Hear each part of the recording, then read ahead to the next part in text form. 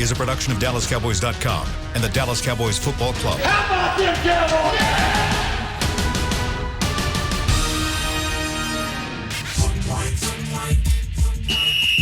Let's go, baby. Are you ready for a break? Yes. Are you ready for a break? Absolutely. Ready for a break? Yeah, and so much for that. It's time for The Break on DallasCowboys.com. We were on the break. With Nick Eatman, David Hellman, Ambar Garcia, and Derek Eagleton. It is Wednesday, April 28th, 2021, Season 16, Episode number 107. Welcome to the latest edition of The Break. We are presented by Geico, and we are live from the SWBC Mortgage Studios at the Star.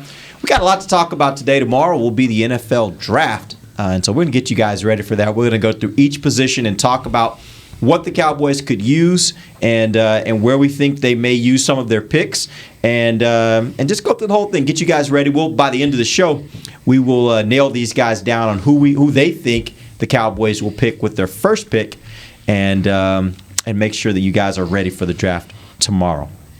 All right, so first, we do need to talk a little bit about Sean Lee. Yesterday, he makes the announcement, or at least there's the press conference where Sean made the formal announcement that he is retiring from the NFL. My first question for you guys is just if you were going to wrap up Sean's career and like what your thoughts are on his career and what he meant to this team, what would it be? Let's start with you, Nick. He was a really good player. That's where I think he was. I mean, he could have been better had he played longer and been on the field more. He missed 58 games. That's almost 4 years of games, really. And so, he could have made more Pro Bowls probably. And then he would be talking about, Ring of Honor and maybe more than that, but not likely. But, I mean, he just could have had more had he been on the field more. But when he was on the field, he was one of the better linebackers they've ever had. I think Jason Witten gets a lot of credit for this, and rightfully so. But Sean Lee's just if you want to see how a professional football player operates, that's what I think of when I think of Sean Lee. Just a consummate professional. He gets a lot of credit for grinding tape, but just the way he conducts himself in general, like all business when he needs to be.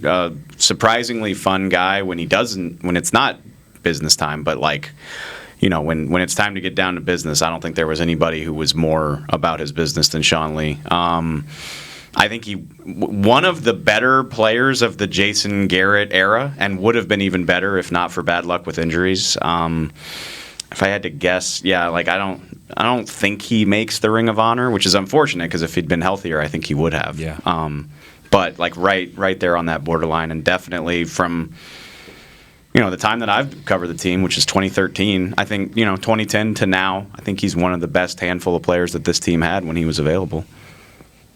He is pretty close to perfect in my eyes. In my eyes. I mean, he's exactly everything that you would want a player to be, minus the injuries. Of course, everyone knows that that's what has affected him the most during his whole career.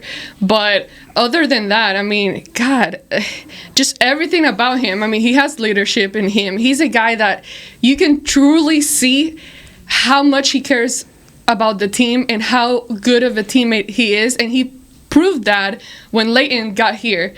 And to me, I was curious to see how that was gonna work out, but no, he did not feel like anything. He was there and he helped Leighton and did not feel different story, but for example, what happened when Dak got here and Tony got hurt, and kind of how that dynamic was very different as to what Sean Lee's dynamic was when Leighton got here and Sean Lee wasn't able to be on the field. So I admire Sean Lee, and it really sucks because he's definitely a guy that puts in the work. And it's just very unfortunate that he suffered through so many injuries, but that it wasn't because he didn't try. He tried his best, and he gave everything he could. For sure. We say this a lot. I think one of the biggest things that would surprise fans is how many guys in the NFL don't love football. Some of these guys, it's a job, or they're just really good at it, and it's a means to an end to, get what they want out of life. That's not Sean Lee. Sean Lee is that guy who eats, breathes, sleeps football. It's all he wants to do. It's all he wants to talk about. not everybody in an NFL locker room is like that, but he definitely was. Yeah, my favorite Sean Lee story. I was trying to think about some, like what's my Sean Lee story other than when he walked up our stairs with the. That's what I was gonna go. I forgot about that. Remember that? Yeah, That was awesome. that was awesome. Well, I'll just say it. I mean, it was Brian that brought us. It was his 50th birthday, and Sean wore 50. And he put his jersey on and walks up with a cake. And I think he even said something. He was like, "I heard it's somebody's birthday." Yeah, like he can play along and all that. Yeah. But I remember his rookie year. We did back when we did the train from Oxnard down to San Diego for a preseason game, and it was his rookie season, and I was like going to do an interview with him, and the PR was trying to set up an interview with him. So I was like, "Oh, okay, let's do it on the train." And so it's the day before the game, and it's his rookie year, and he's like, "No, I can't do it. I have to watch tape." And I was like, "What? Like, what is that? Like, the day before the game, your rookie year?" And I thought, well, one of two things: either he's already figured out how to get away from doing media interviews, or two, he really is just that focused in doing stuff, and I think it's a combination of both. I think he kind of didn't love talking to the media, but he did it. But he was just a studier, and that was happening since day one. I wish more people were like him on the team. His preferred cleats stopped being made like a long time ago.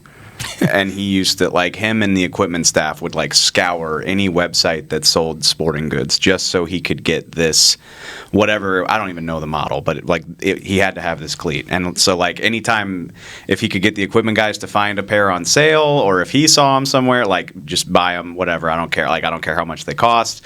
He just had to have that certain, like the attention to detail, just the stuff that he thought about. It cracks me up. Mm-hmm. I would love to know if that was a shoe that was like back from the 1950s or 60s. No, or it was like a 2011 Air Max or something. I don't know. Okay. It wasn't. Yeah, I don't know what it was, but he was like, I need my cleats, and I'll do what I got to do to get them. It'd be such a great story though if it was like these 1970 pair of shoes, and he's Butkus just a throwback kind of guy. Yeah, that kind of thing. It would feel really great if that was it. So. Does this, in your opinions, change anything about how the Cowboys should be addressing the draft or even free agency as you head toward the summer with the retirement of Sean Lee? From a linebacker standpoint, no, because I don't think he was really going to factor in much anyways. But you need to get somebody in there, and I asked the question yesterday, and I didn't really mean it to sound like Dak wasn't the leader. I'm really talking more about defense. Who's your leader on defense? I mean, is it D-Law? I mean, it needs to be, because Sean Lee, from a vocal standpoint, Tyrone Crawford, Sean Lee, they need to get some guys with some leadership abilities in here. Now, it's hard to do that as a rookie, but if you're a good player, you can come in and do it. So I think that would be something that, if it works out, they need to get some guys that have leadership qualities. I think whether fans like it or not, or whoever likes it or not, I think if you ask those guys in the locker room, I think they would probably say it's Tank and it's Jaylen, the two leaders of that defense, wouldn't you say? Yeah, but throw in Leighton. Thought it was interesting. I mean, Sean listed off a bunch of guys when he was asked about leaders on the team last year, but he did say Trayvon Diggs, which I thought was interesting. He did. Huh. He said Trey, but who else would he be talking about? Yeah, I don't know. So I thought that was interesting. But yeah, I mean, Tank, Jaylen, Leighton. He said Antoine Woods. He did say, yeah. He said a couple names that kind of, I was like, okay, all right, let's go. It almost got to the point where if you didn't mention if he didn't list you off, like, that what are you doing? might have been a problem. Well, to answer, I thought about that a little bit, because I've been sitting here this whole time thinking that Sean was maybe waiting to see what they did in the draft. Like, if they get a top 100 linebacker, sorry, it's not in the cards. If it doesn't work out that way, sure, we'd love to have you back.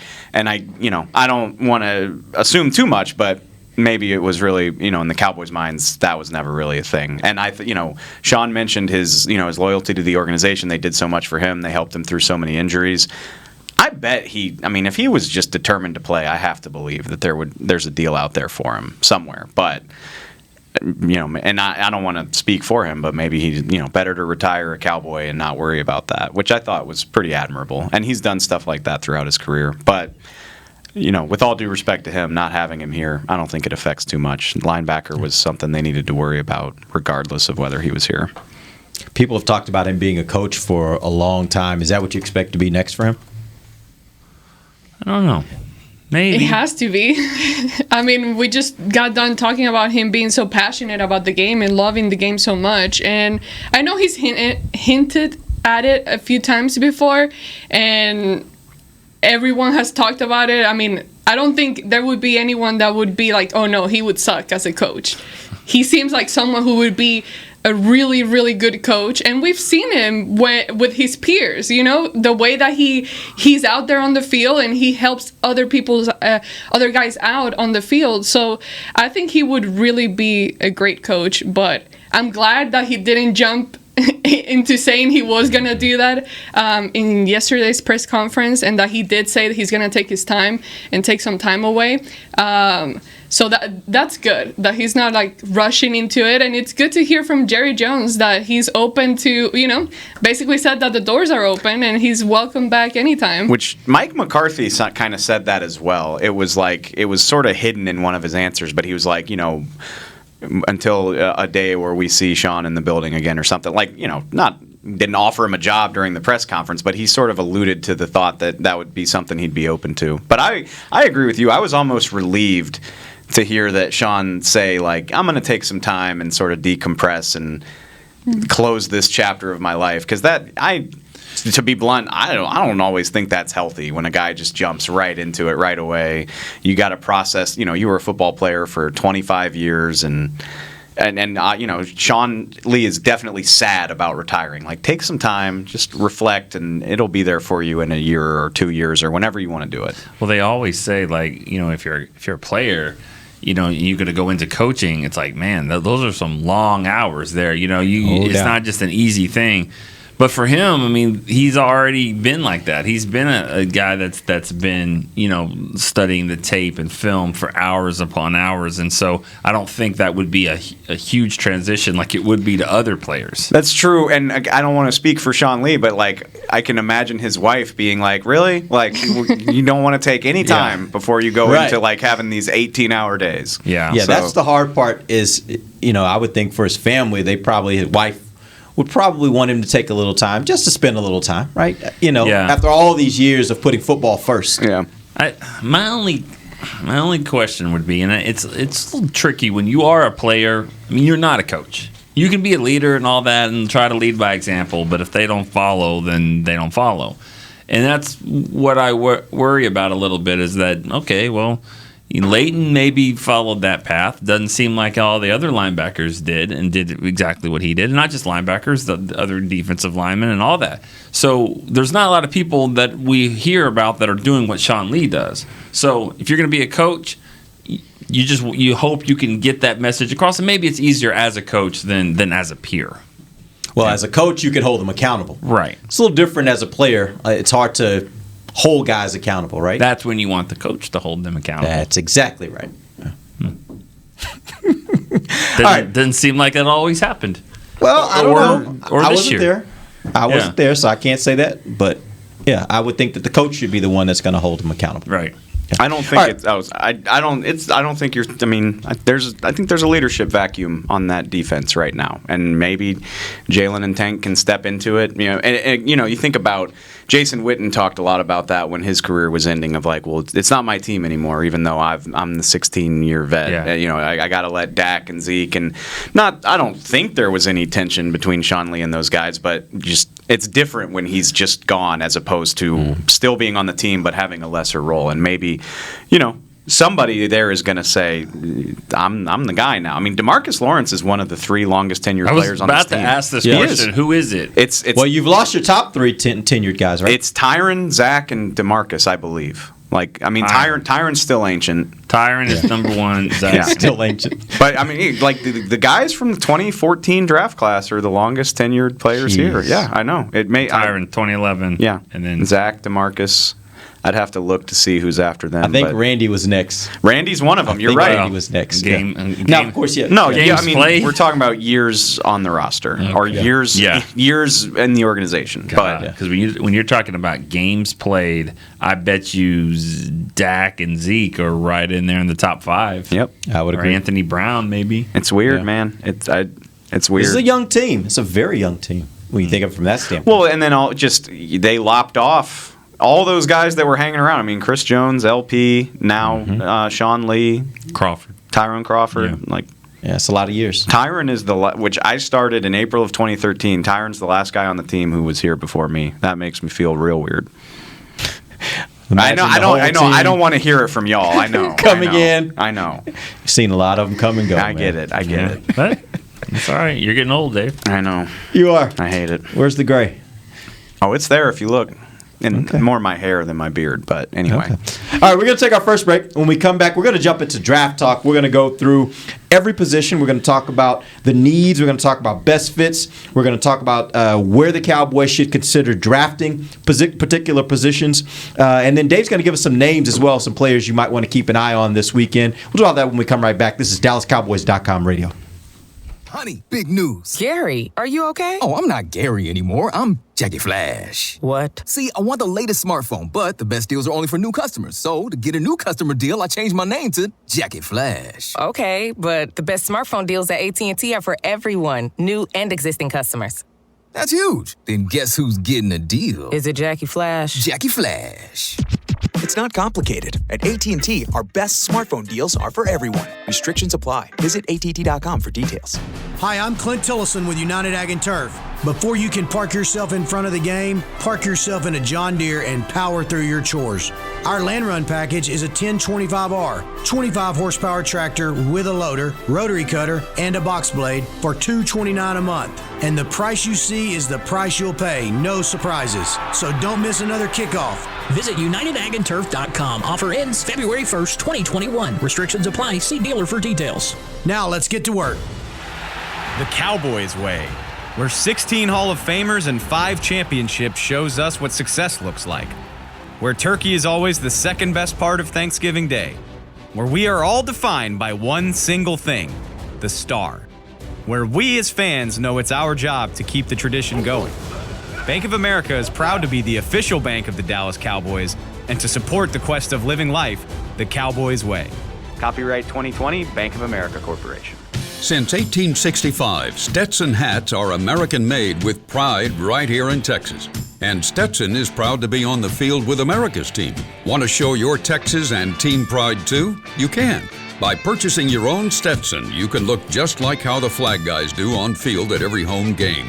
Stetson hats, the official crown of all self-respecting Cowboys and your favorite football team. Get yours today at shop.dallascowboys.com or at stetson.com. Back to the break.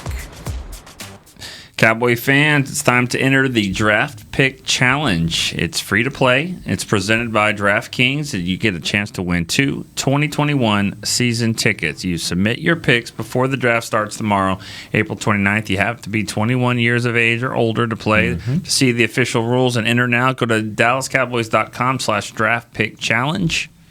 Basically, just try to get as many picks right as you can.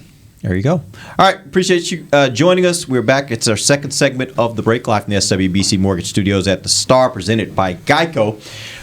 Let's jump into some draft talk. Here's what I want to do. I'm going to have a series of questions for you guys that we'll go through for each position. We're going to start first with the quarterback position.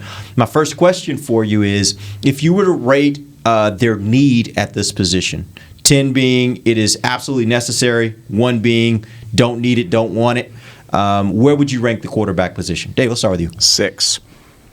Okay. I mean, I think the two main guys behind Dak have started 2 combined games, and you have Cooper Rush, who has been in the league for a long time and hasn't really had an opportunity, or I don't want to say an opportunity, just hasn't shown anything. I know Garrett Gilbert looked awesome against Pittsburgh.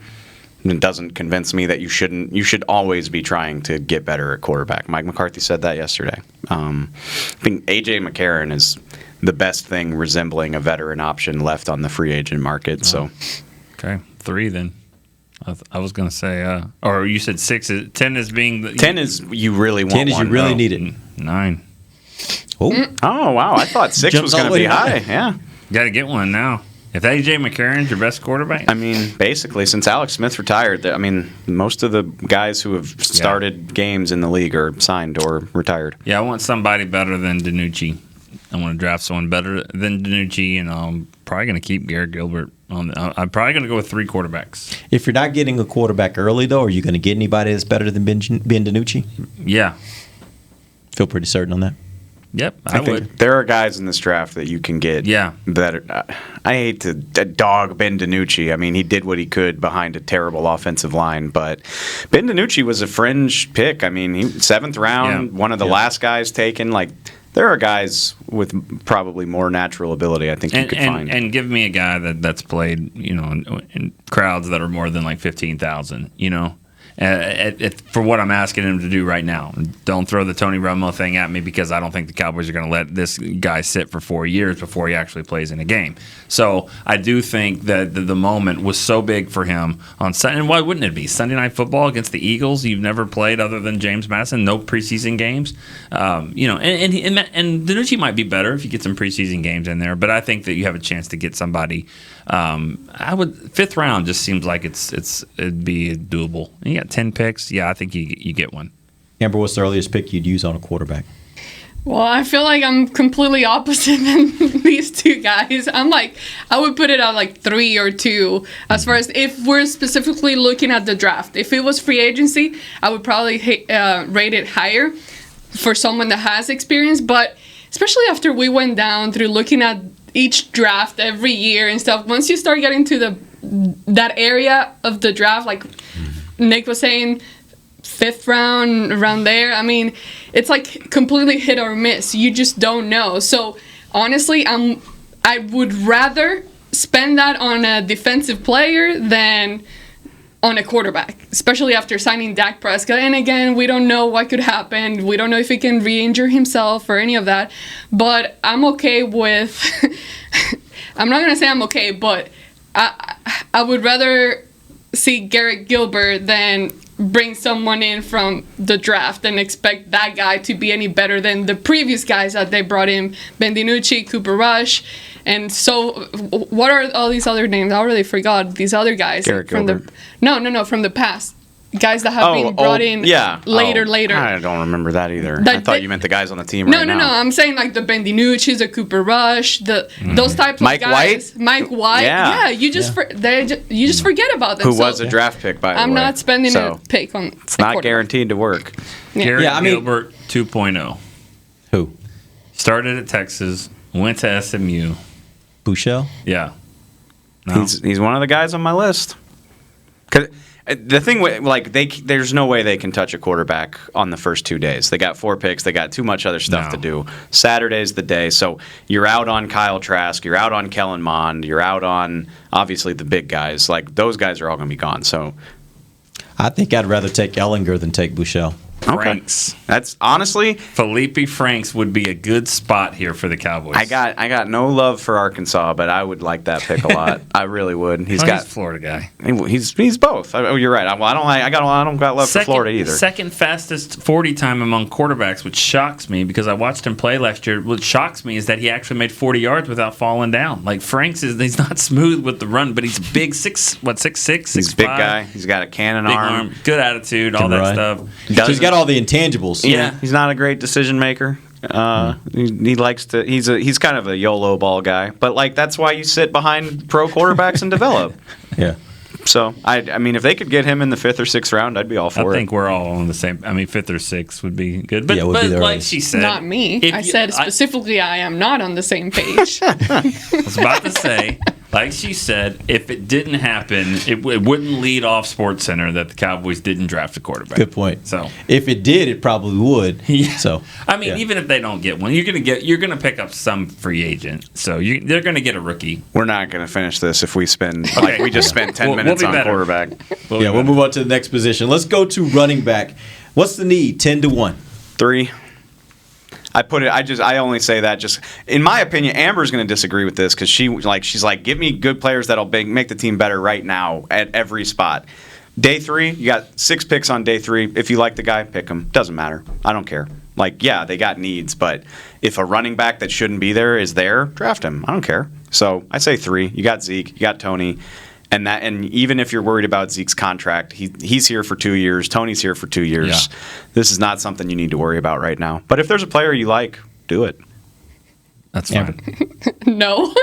Yeah, see? Amber's like, what are you talking about? We need a linebacker. You guys are crazy. I mean, our focus here is on defense, not freaking offense. Should we just basically say, Amber, until we get to the defensive side of the ball, leave them alone? You're like, I'm out. I mean, realistically, I'm looking at, this year, this specific year, who's going to be playing on the field? And I get it. We saw it last year, how many injuries happen and the crazy things that can happen. But at the same time, you got Ezekiel Elliott, Tony Pollard. You know those guys are not getting off the field for you to throw in a guy that you drafted in the 5th round or 6th round. It's whatever. So I'd rather spend all those picks. I need every single pick on defense mostly, unless there is this tight end that we keep hearing about. I won't be that mad if that was to happen, but otherwise, everything else, I'm spending it on defense or an offensive line player. This is, which I get it. I hear you, and I know a lot of people share that opinion, but like that's the great frustration of the two different philosophies of the draft. Like Bradley and Nye played defense. They got him way after anybody thought they could last year. He didn't play. Like once you get to day 3, all bets are off. Just take the best player. I don't care what position he plays. I mean, because odds are he's not going to get on the field anyway, even if he plays a position that you need. I'll guarantee you this. In assuming they take 10 players, I guarantee you that they do not take more than 6 defensive players. It'll be 6-4 if it's not 5-5. It won't be 7-3 defense. I could see it. It just depends on how it falls. I don't know. I agree with you for the most part, though. 6-4 maybe. Nobody's ever just like 10-0 or 9-1. No, like it'll be they'll take. And I think you kind of do need to look at running back. So I'm going to say like 5 there. Really? Yeah, because where do they fit? Where would they fit right now? Well, I mean, it depends what they can do, but I think you're going to get a more well-rounded player, not a specialty Pollard guy, a poor man Zeke type of back. And I know I'm going way back in the draft, but I'm looking at a Marion Barber type guy in the 4th, 5th round that had to split carries, and so that maybe he didn't get as much stats, but for a game or two, he can do it, and he'll show you some things. And you love to see those guys in preseason as well.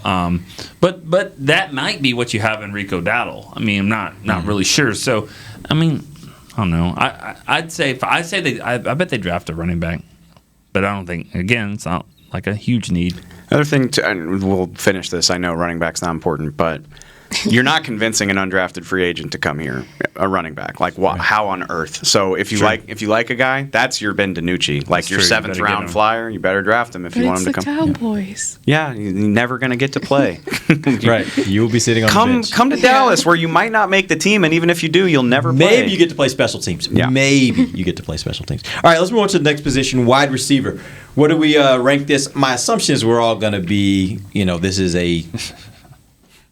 Okay, let me just ask the question. On a 1 to 10 scale, where do you put the need at wide receiver? I put it at a 6. Probably because I'm in love with wide receivers. But again, we talked about this for years with the offensive line. Is like keep a strength. Just keep drafting guys. Michael Gallup's in a contract year. Cedric Wilson and Noah Brown are in contract years. Like, it looks amazing right now, but drafts are for 4 and 5 years, not 1. And should it be the 1st round pick? Probably not. Should it be the 2nd round pick? Probably not. But did that talk you into your guy at 1 if he's there? Absolutely. Me? Me? Yeah. Right. If Jaylen Waddle or Jamar Chase is there, either one, you're not doing your job right if you're not at least talking about it. Again, this is not about 1 year; it's about 5. But we don't know that they think that way. We don't, but I bet they do.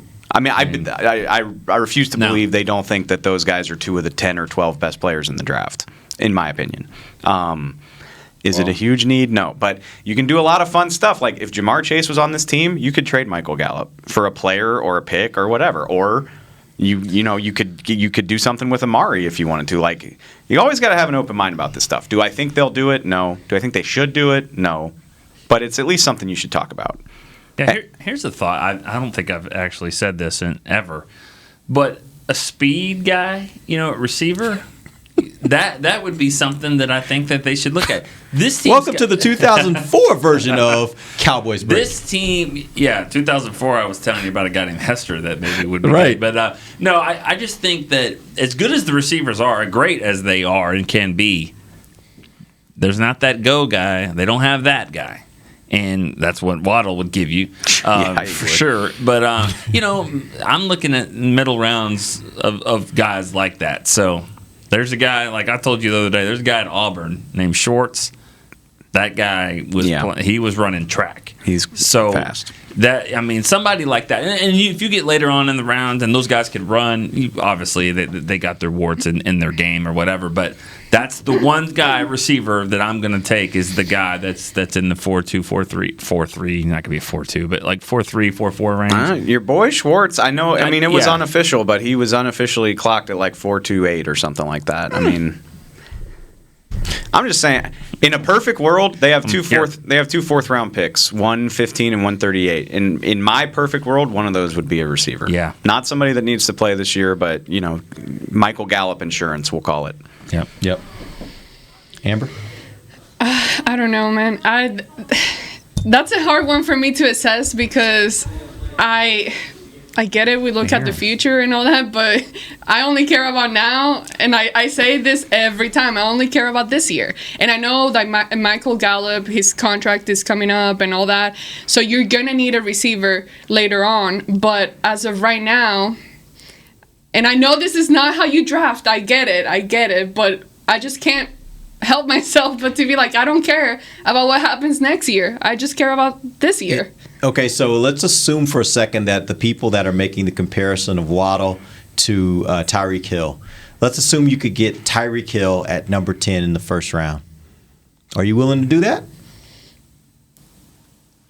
No. Yes. Draft him, trade Michael Gallup to somebody who's got a young cornerback that I can add to my roster, and let's party. And I can hear the people yelling at me, and I don't care. Right. Well, I mean, that's a tricky one. It really is because you're still you need defense. There's no doubt you need to fix defense, but you do have to look at the long term. You have to, and you could piece some things together on defense. This team isn't very good at it, but some teams are. Maybe Quinn is a lot better at it. But you could make the case at receiver, like he's saying. You could make the case at offensive line and go, you're up here. There's special linemen, and you're probably going to need one at one point. But it just depends on who you think is special, and that's I don't know. We have something on the website going later today called "What Would You Do?" Not what we think they are going to do, Surtain and all that. Mm-hmm. What would you do? And this guy says Waddle, and that's what he's saying. And I'm saying Micah Parsons, Penn State. That's what I would do at number 10 if he's there. I'm taking him. These would be your top guys that you think would be there, and you're assuming that the cornerbacks are on the board, and you would take those two. Yeah, probably. Yep. If those corners are there, I'm taking him. Have you seen Jaylen Waddle play? You are going to lead SportsCenter. Maybe. People get mad. There are ways you can solve these problems. Like trade Michael Gallup or sign Richard Sherman after the draft is over. I think the world of Patrick Surtain and J.C. Horn, and I think it'll be a good pick if that's who they pick tomorrow night. But I'm not going to let being afraid of what happened last year hold me hostage from passing on a badass. Are you not? I'm trading Amari Cooper. Say again? I'm trading Amari Cooper. If you get into that situation, maybe so. The one thing I'll say is maybe part of my problem here with wide receiver is I keep thinking about the Detroit Lions years ago when they went first round wide receivers 3 years in a row. Charles Rogers. Yeah, Charles Rogers. There is a point where you can have too much of something because you just can't get the full value out of it. That's true. And that's the part that worries me a little bit. You can a little bit more receiver. You can have some fun with some of the packages. No, you cannot have some fun. Not this year. Have some fun another year. But you guys are frustrating me right now because I just refuse. I refuse to if we're rating Derek's fault. This whole thing's Derek's fault. It's not my fault. You started the draft show after Thanksgiving. This is what happens when you get to this point. You're gonna talk about why you should draft a punter at some point. Everything is gonna. Are you saying we know it's going to be Sertan? Sertan or Horn? We know it. Dave knows it. Everybody knows it. But at this point, it's like let's have some fun here. Well, also I know you believe it. Too. It is fun. I just want people to think outside the box a little bit more. That's all. And I can't. What's the word? You shouldn't. We needed cornerback, but we rate him an 8 out of 10, and this guy's an 11 out of 10. And so, but we need the cornerback. Like that's not. And Jerry that's said it yesterday. He doesn't tell us a lot, but he said yesterday, "Don't be so stupid with your needs." He said it. Yeah. Like he said that. I agree with that. So you just wonder. Now you got to figure out what their board is like. There are ways. There are ways you can fix these problems, and I don't think they'll draft Waddle. And at the end of the day, they probably shouldn't.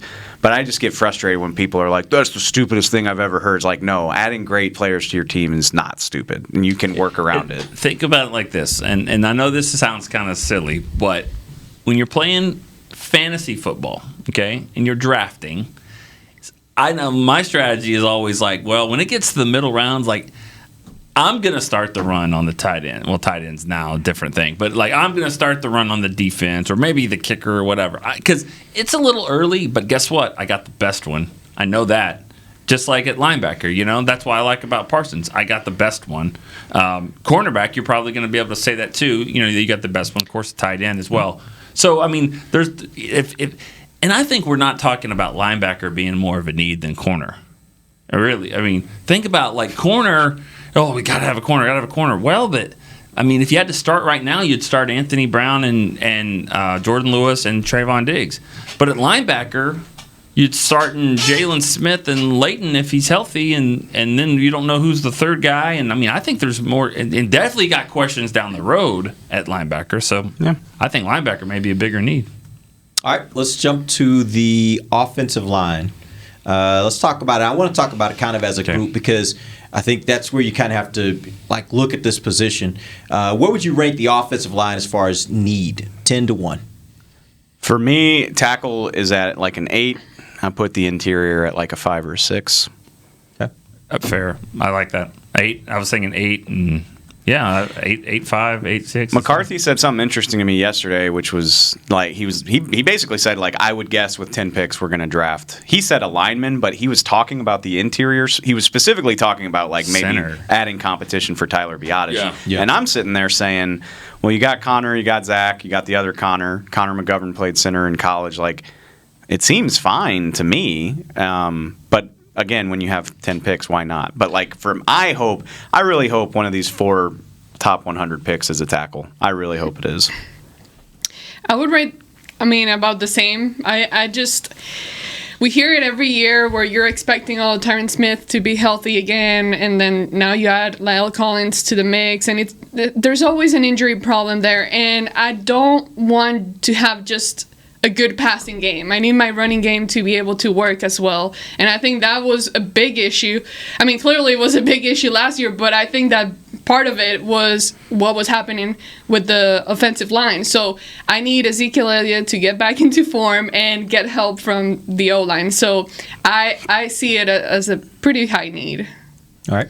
Let's jump to the tight end position because this is one that's been talked about over and over and over again this season, mainly because at the top of the first round, you've got a guy that appears by most people's accounts to be a very special player. I'm talking a generational type player in Kyle Pitts. First of all, where do you rate this as far as a need for the Cowboys? And then you can talk a little bit about, are you willing to jump outside of that for someone that's supposedly going to be this great or projects to be this great in the NFL? It's really funny because I don't see tight end as a big need. One for need. I say 3. I didn't put anything that low because you can always upgrade your talent. I said 3 or 4. Tight end is such a hard position for guys to adjust to. It took Blake Jarwin some time. Dalton Schultz didn't really break out to his 3rd year. It's very rare to see, especially the further back you go, the steeper the learning curve. And so I like this current strategy of just adding guys in free agency. Blake Bell did a good job. I like the Jeremy Sprinkle signing. You got Sean McCune still here, and then you got your 2. If they didn't draft one, I wouldn't even care. Yeah. But Kyle Pitts, though. He's the guy. You do it. You draft him if he's there. Because you're not drafting a tight end so much. You're drafting just a freak player. And let's be honest.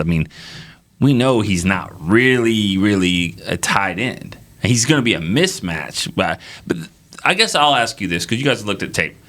Is he putting his hand down and going up against defensive ends? Can he get in the way like the tight end? He's not Marty B, but he can. He's better. He's a better blocker than he gets credit for. I thought you were going to say better than Witten, which he's better. He's better now than Witten was in the final years of his career. I don't know if he's better than prime Witten, perfect because he's a much better receiver. He can get on the line, and he'll get better. I would assume once he gets to the NFL. Perfect. He's 6'6", 250. He can get on the line. He can chip the end. He can help the tackle. He could. I wouldn't want to put him against an end one-on-one and hope that it's going to go well, but like he can do what he needs to do. Would you? Okay, I'll ask you this: would you trade up for him? 8. He's fallen to 8.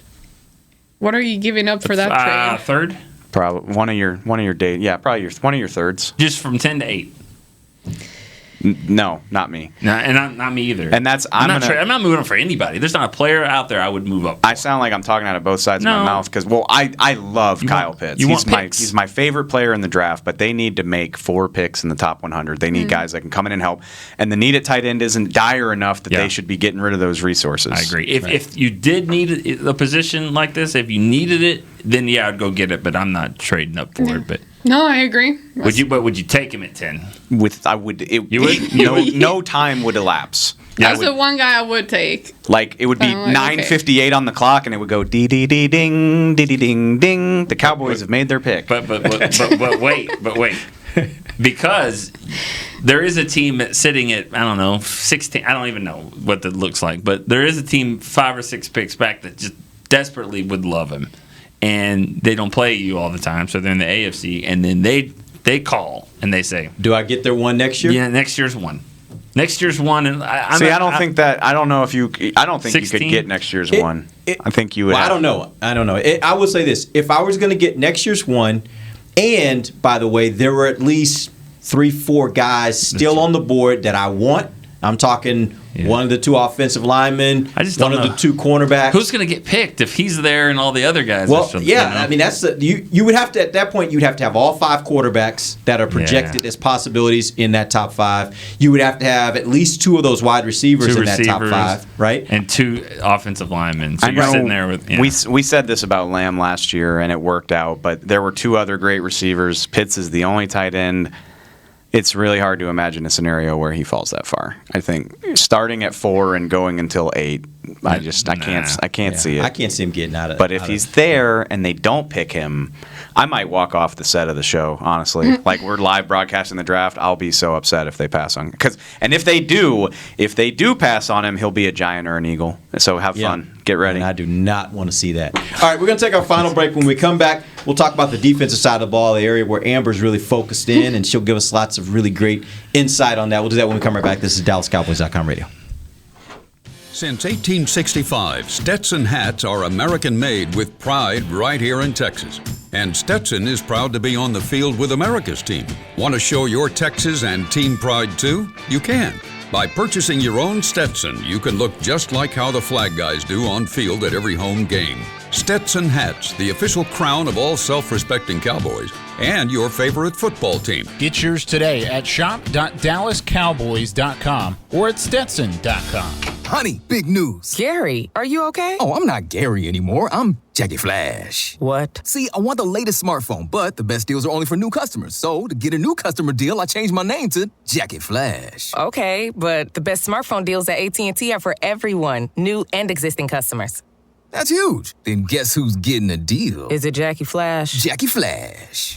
It's not complicated. At AT&T, our best smartphone deals are for everyone. Restrictions apply. Visit att.com for details.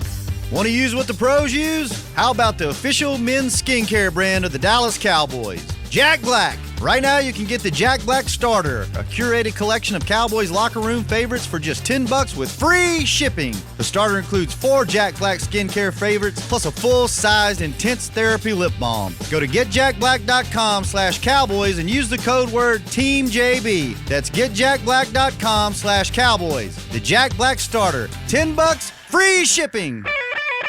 We're back with a tasty treat that's sweeping airwaves and taste buds. It's new Dr. Pepper and Cream Soda. Let's take a listen. Dr. Pepper and Cream Soda's here. A new combo that's music to my ears, okay. explain. Cream soda and Dr. Pepper time. Pour it in a glass of ice. Music to my ears and mouth. New Dr. Pepper and Cream Soda. A delicious duet. Back to the break.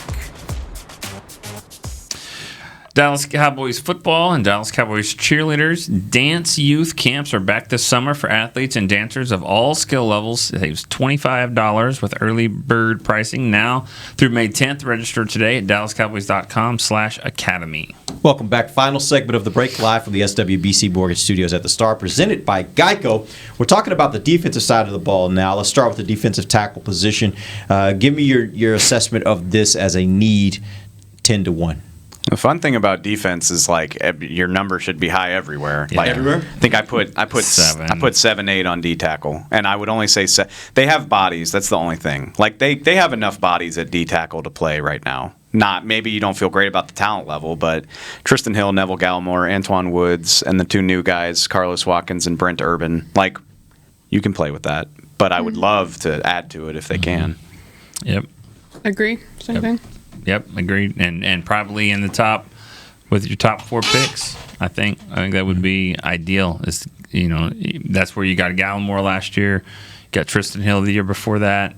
I don't remember. I mean, Antoine Woods wasn't drafted, I don't believe. But. No. That's the funny thing. Like, people are like, we need to draft a D tackle. We've been ignoring it. And I'm like, they drafted the one in the second and the third in back-to-back years, so that doesn't hold water. And Malik Collins in 2016. And, I mean, they've drafted defensive tackles, just not in the first round. It's frustrating because, the top 100 picks are where all my focus is. Like I said, after that, you're just kind of throwing darts.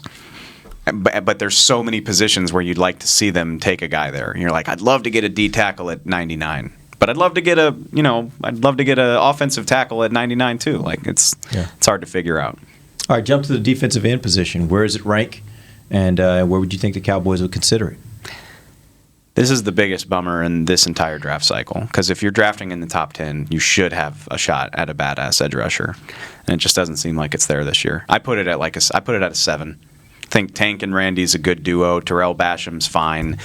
And, Dorrance Armstrong, we talked about him a couple weeks ago. But so essentially, you don't think they're going to be able to upgrade this position? Because anybody they get, you can always upgrade the position. Got to be better than Dorrance Armstrong to upgrade it. I just don't. I think you can. Okay. There's not a Bosa or a Chase Young, and they wouldn't have a shot at those guys anyway. Yeah.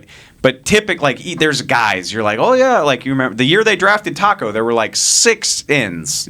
Tack McKinley and Charles Harris and all these other guys. It just doesn't seem like it lines up. Like it would be a reach, in my opinion, if they drafted an edge rusher that high. But just remember that in Seattle, and I guess you could say the same in Atlanta. I mean, this defense with Dan Quinn, he's had some success with guys that weren't drafted super high. So maybe in the first, second round, third round. I mean, they'll be looking at defensive ends. Their priority will be looking at ends, but it doesn't mean they'll be a good fit for it. This is a very not sexy edge rusher class, but the need is there, and Dan Quinn has a defensive line background, so it shouldn't surprise anybody to see him draft one. I'm still recovering from what they did with Taco and the pick that they spent on him. So I don't see it happening. There's no one, and of course I do not study the draft like any of you guys do, but there hasn't been a name or someone that I'm like excited for, or even in the later rounds, someone that stands out, just like Dave mentioned. But just in general, this is a position where I would be semi-okay if they find a tackle, but then for defensive end, they look for someone undrafted, or maybe during training camp once teams start cutting guys and kind of get a better look at other players that could come in and at least add some depth and just be there and just compete. Not really expecting anyone to start, but at least just to check it out. But no one stands out, honestly. All right. Linebacker, you put it? 9. 9. Is this the highest one you gave? No. As far as positions? No. We're going to get to that? Yeah. Okay. All right. 9. Yeah, I gotta get a linebacker. I gotta get a good one. I got to get a guy in the top 4 picks that's going to come in here and play. That's honest. If I had to and I've talked about this a lot, but if I had to pick a position that they need to get a corner in this top 100 and they need to find a linebacker. Those are like the two that I really think they need to hit. And, everything else, you just kind of let it fall how it falls. But those are the two. Yep. So and Parsons, you guys would you guys feel comfortable? I know, Nick, you've already said it. Would you feel comfortable at 10 taking Parsons? I would. I wouldn't like it. Wouldn't. Why? Well, and that's the big debate. Is in my opinion, if you're drafting a linebacker that high, he needs to be able to rush the passer. And Parsons can, but he seems like a projection. He's raw. He didn't play last year. His coverage needs some work. Like, he's not this elite coverage linebacker, at least not right now. And is he good enough at rushing the passer that makes up for it, basically? And how are you deploying all of that? Because a guy who rushes the passer who doesn't cover that well describes somebody that's already here. So yeah, I thought you were talking about somebody that was already here. So and a lot of people say the comp for Micah Parsons is pre-injury Jaylen Smith, which is awfully enticing. Yeah. But there's just pre-injury. That's really enticing. There's more valuable positions that I think a lockdown corner who's good at his job is more valuable than that player, in my opinion. At 10, if they trade back, I'd be happy to draft Micah Parsons, but not at 10. I want a linebacker within the first 3 picks that they have, and I rate linebacker at number 10 as far as need. I mean, right now, in my eyes, we got nothing. There's a guy I want to bench. There is a guy that's injured, and we don't know how he's going to return as far as health-wise. So other than that, we're kind of left without much there. So that's a 10 for me. Absolutely. I think a big thing and I don't think Nick's crazy at all for liking Micah Parsons, but one of my favorite... for that. Maybe for other things, but maybe not for that. Well, yeah, fair. But one of my favorite aspects of this draft is there seems to be a big sweet spot for linebackers on day 2. Like, starting at the end of the first and going until pick 50 or 60. Like, Nick Bolton out of Missouri is a guy I like a lot. Ohio State has a couple of guys, Baron Browning and Pete Werner. LSU, we've talked about Jabril Cox, who is very good in coverage. Alabama's Dylan Moses. Zaven Collins out of Tulsa is more of a first-round guy, but again, maybe if you trade back. So I just think there's a variety of ways you can hit this without spending the 10th overall pick, which is another reason why I'm like, well, why draft Parsons if I can get Baron Browning later? Right. So and do you see a huge is there a big gap between Parsons and some of those guys you just named, and is that gap as big as, say, those top 2 cornerbacks and then the next set of guys? That's a really interesting question. I mean, if Parsons is what everybody thinks he can be, then there probably is a big gap. But again, it's a projection. Whereas, I go back to Anthony Hitchens all the time, which Baron Browning is a much better athlete than Anthony Hitchens. But, like, just give me the plug-and-play guy who can do what I need him to do. He doesn't have to be a freak show. And again, I talk about this a lot. Trayvon Diggs was arguably, would y'all say he was the best corner on this team last year? Mm.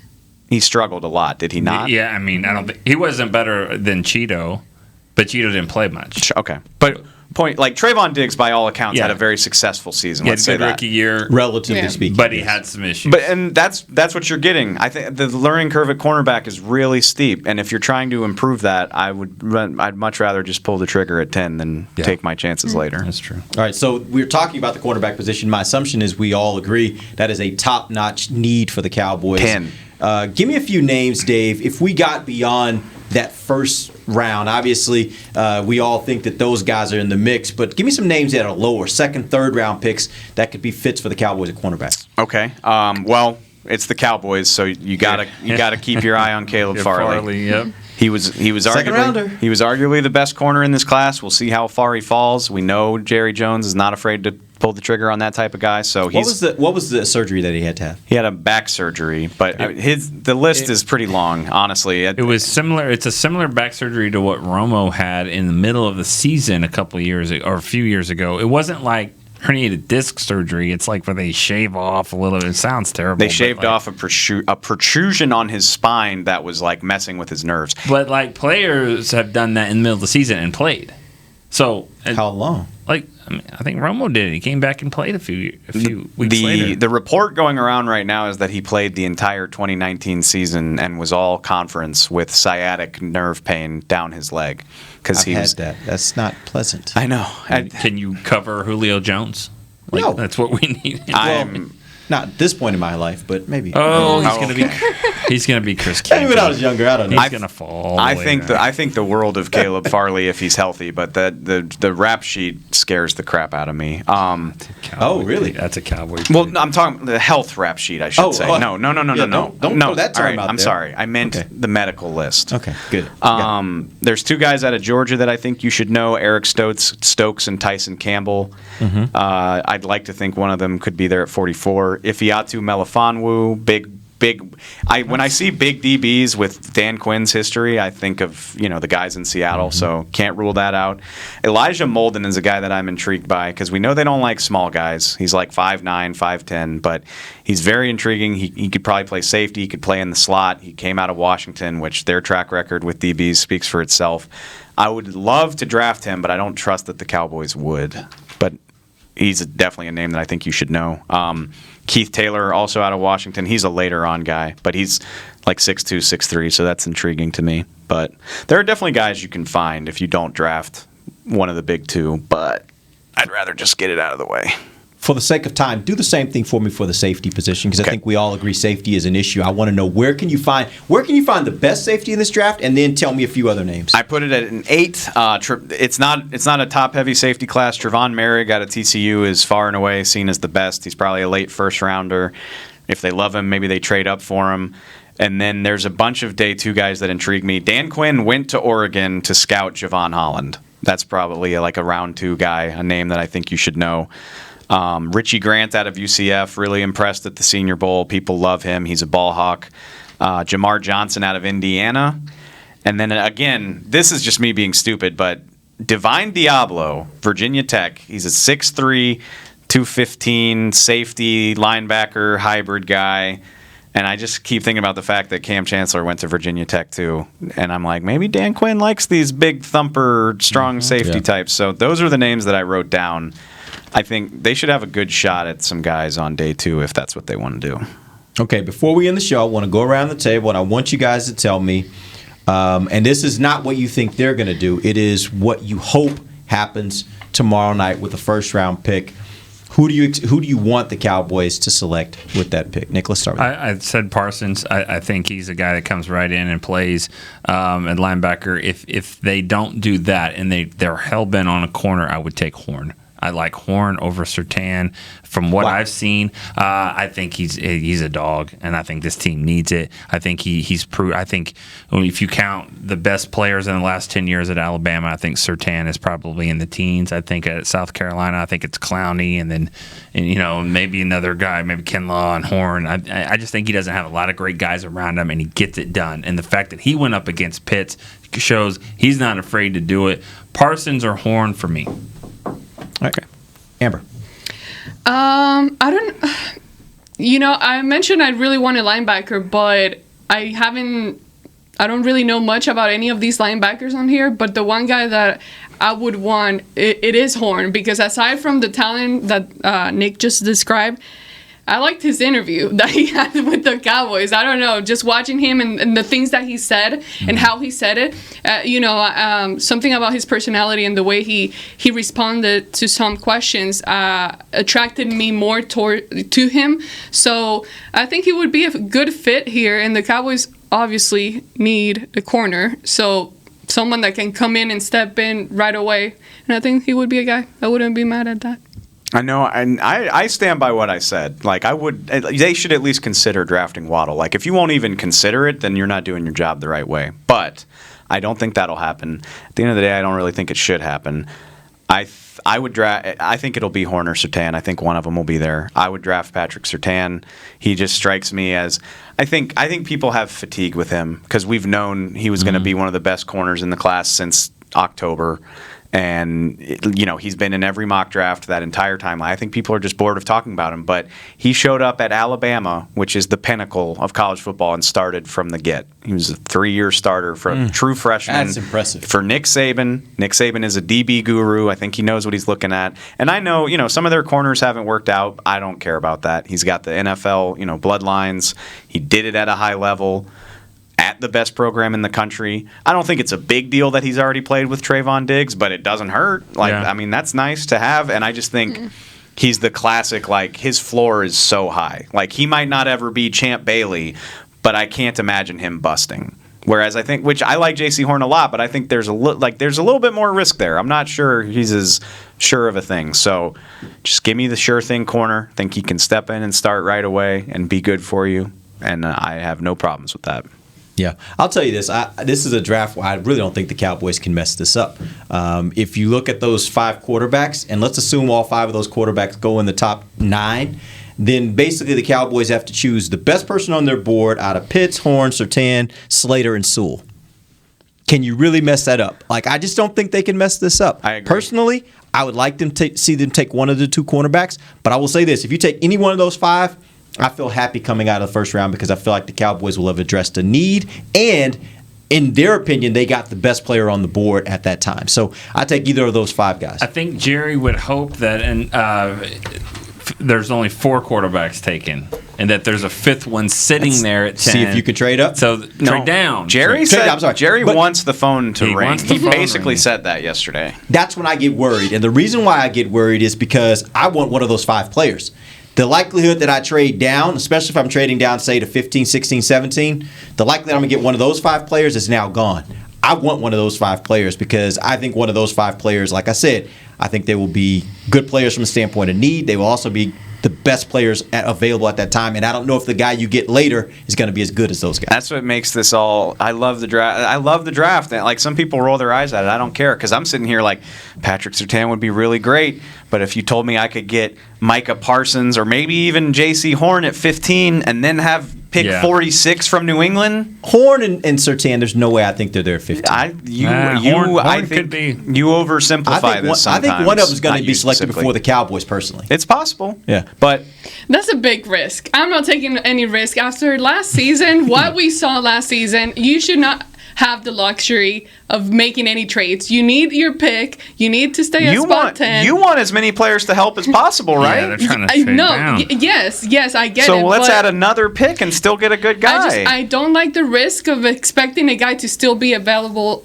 at a certain spot. Well, somebody good will still be available. 2 ways to look at it. You can also say this team needs everybody, and so there'll be a good one. Don't rule this part out, too, when you're talking about trading down. You don't have edge rusher like up there high, but there's teams that might because they want an edge rusher so bad. Don't be surprised if the curveball in the top 15 is a pass rusher that you're not expecting. We've seen it before. The Raiders did it back with the 3rd pick a few years ago. I mean, like, just guys like, whoa, really? I mean, I remember way back when Freeney got picked. He was not a guy but pass rushers are valued higher. Mm-hmm. They might throw a curve into this. And you're not unique, and I'm not talking about you specifically, but people are like, he won't be there. They're like, he won't be there at 16. And then a guy that nobody's talking about, like Jalen Phillips, goes in the top 10. Cleveland Farrell blew everybody. Like, nobody saw that. And it happens every year. Yeah. You never. And people fall every year. I get that. So I tend to agree with you, but you never know once because they all have. That's one thing I love about it too. Like, they all have such drastically different opinions. Like, the Cowboys hate a guy that's going to get drafted in the top 15. They're like, that guy went in the first round, or they'll tell us on Friday night that the guy they drafted at 44 was their 18th top player. Right. Yeah, so no doubt. So that's what makes it fun. So you never know what's going to happen. Show. Okay. But thank you for having me. Amber's just like, can I get 10 All-Pros? Just give me 10 All-Pros. And all on the defense. Yeah. All on the defense. Yeah. All right, guys, we appreciate you joining us. We'll be back next week. We'll tell you what happened with the draft. We'll give you a breakdown from our points of views on the picks the Cowboys will make. Make sure you check out all of our coverage this weekend.